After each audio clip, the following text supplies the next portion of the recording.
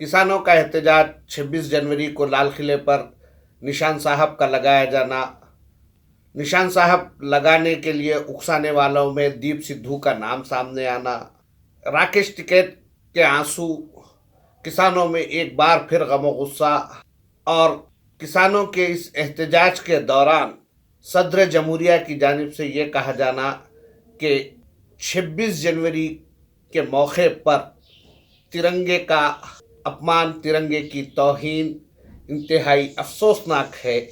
और उसके चंद घंटों बाद सिंघू बॉर्डर पर जहां किसान एहतजाज कर रहे हैं, वहां पर एक बड़े ग्रुप का दाखिल होना और नारे लगाना कि तिरंगे का अपमान नहीं सहेगा हिंदुस्तान, ये क्या है?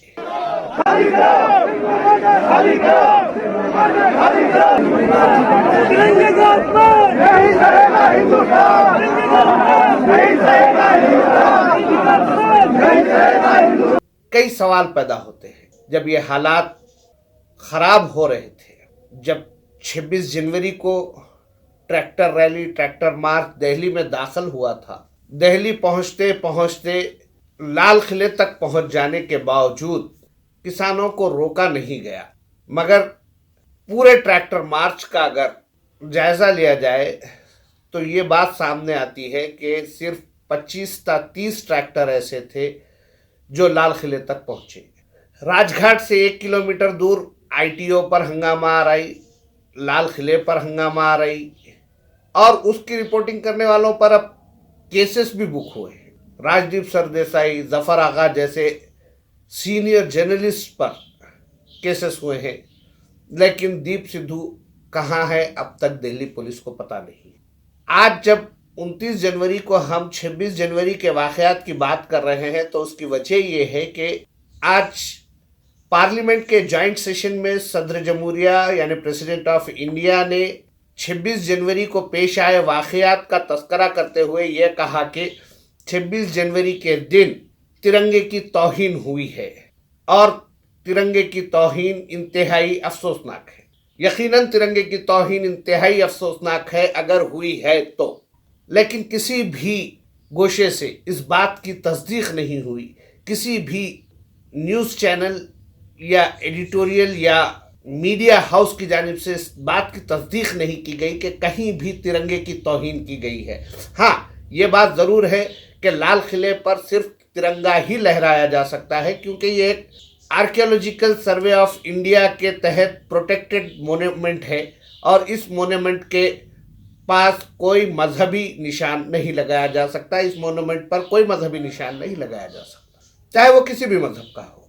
लेकिन लाल किले पर मजहबी निशान साहब लगाए जाने से तिरंगे की तौहीन कहाँ हुई है ये कोई नहीं बता पाया। इब्तिदा में यही कहा जाता रहा कि तिरंगे को निकाल कर निशान साहब चढ़ाया गया, लेकिन जब हकीकत सामने आई तो तमाम न्यूज़ चैनल खामोश हो गए। मगर अब 3 दिन बाद पार्लियामेंट में प्रेसिडेंट ऑफ इंडिया के खुतबे में, जॉइंट पार्लियामेंट सेशन में ये कहा जा रहा है कि तिरंगे की तौहीन अफसोसनाक है।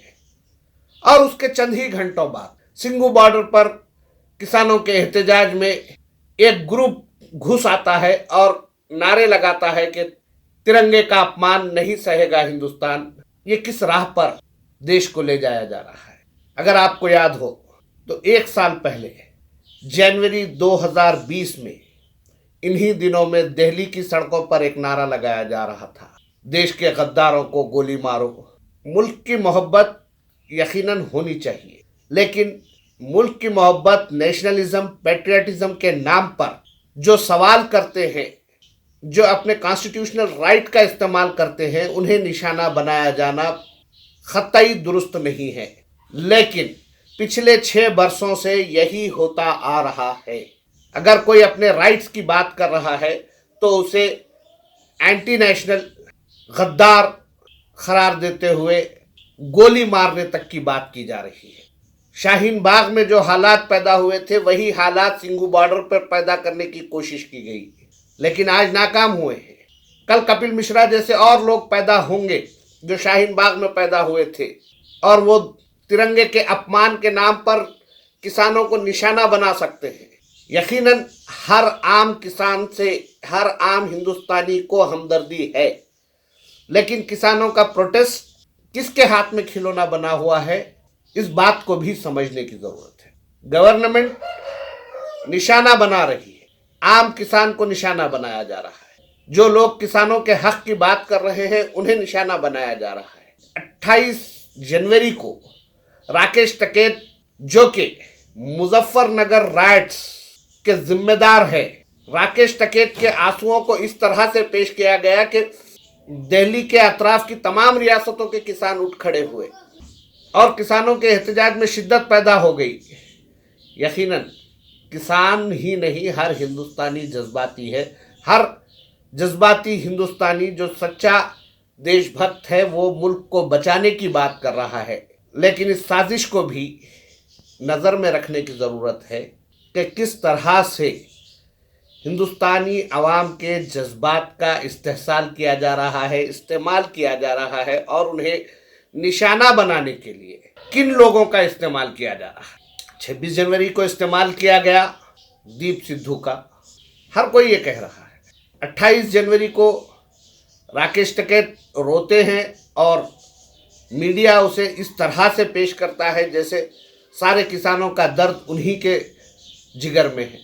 राकेश टिकैत वो शख्स है जो उत्तर प्रदेश में भारतीय जनता पार्टी को इख्तिदार दिलाने में अहम किरदार अदा करने वाला, आज किसानों के हमदर्द के तौर पर सामने आते हुए ये तासुर देने की कोशिश कर रहा है कि वो बीजेपी के मुखालिफ है, लेकिन हकीकत ये है कि उनका नज़रिया भी वही है जो बरसर इख्तिदार तबके का है। जो हुकूमत चाहती है वो करने की कोशिश की जा रही है। इससे उन तमाम किसानों को चौकन्ना रहने की ज़रूरत है जो इस एहतजाज में शामिल हैं। हुकूमत की ख्वाहिश की तकमील अपने एहतजाज के ज़रिए न की जाए तो एहतजाज कामयाब हो सकता है, लेकिन जिस तरह से शाहीन बाग के एहतजाज को बदनाम करने की कोशिश की गई, उसी तरह से किसानों के एहतजाज को भी निशाना बनाया जा रहा है। मुमकिन है किसानों को भी दरहम बरहम कर दिया जाए, मुमकिन है उन्हें भी वापस जाने के लिए मजबूर किया जाए, लेकिन ताकत के इस्तेमाल के लिए बहाना जो तलाशने की कोशिश की जा रही है, वो बहाने प्रोवाइड करने में, वो बहाने फराहम करने में किसान लीडर्स अपना रोल प्ले कर रहे हैं। इस बात को आम किसानों और आम हिंदुस्तानियों को भी महसूस करना चाहिए। तिरंगे का अपमान नहीं सहेगा हिंदुस्तान, ये 2021 का नारा है, जबकि तिरंगे को जो लोग 50 साल तक सलामी देने को गलत समझा करते थे, बल्कि उनके दफातर पर तिरंगा नहीं लहराया जाता था, वो लोग आज तिरंगे के अपमान की बात कर रहे हैं। तो एक आम हिंदुस्तानी को यह सोचना चाहिए कि कौन कर रहा है तिरंगे का अपमान। अगर वाकई तिरंगे का अपमान हो रहा है तो ऐसे में हुकूमत या पुलिस क्या कर रही है।